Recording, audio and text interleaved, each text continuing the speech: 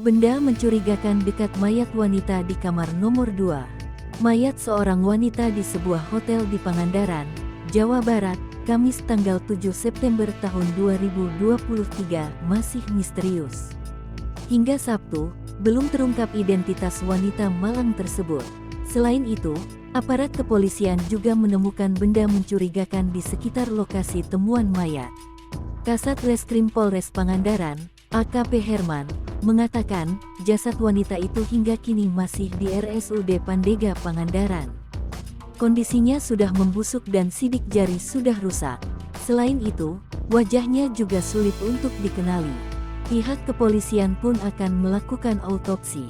Dari keterangan saksi, korban masuk hotel bersama dengan laki-laki misterius yang mengantar korban ke hotel.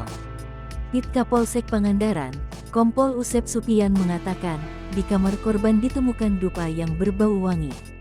Pihaknya masih mendalami mengapa benda tersebut ada di sekitar lokasi temuan mayat. Usep mengatakan, ada juga bekas cat di kamar.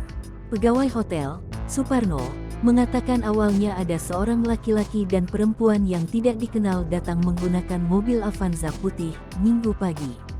Laki-laki tersebut menitipkan istrinya untuk menginap.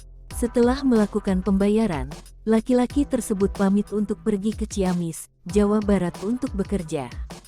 Suparno menambahkan, perempuan yang datang bersama pria tersebut pun langsung masuk ke kamar nomor 2. Sore harinya sekitar pukul 17 waktu Indonesia Barat, korban keluar kamar untuk memesan mie rebus. Suparno mengatakan, keesokan harinya, ia tak melihat perempuan tersebut keluar kamar. Meski begitu, ia sempat mengecek dan masih mendengar suara televisi dan suara korban. Hingga pada Kamis ia mencium bau tak sedap dari kamar tersebut dan korban ditemukan sudah tidak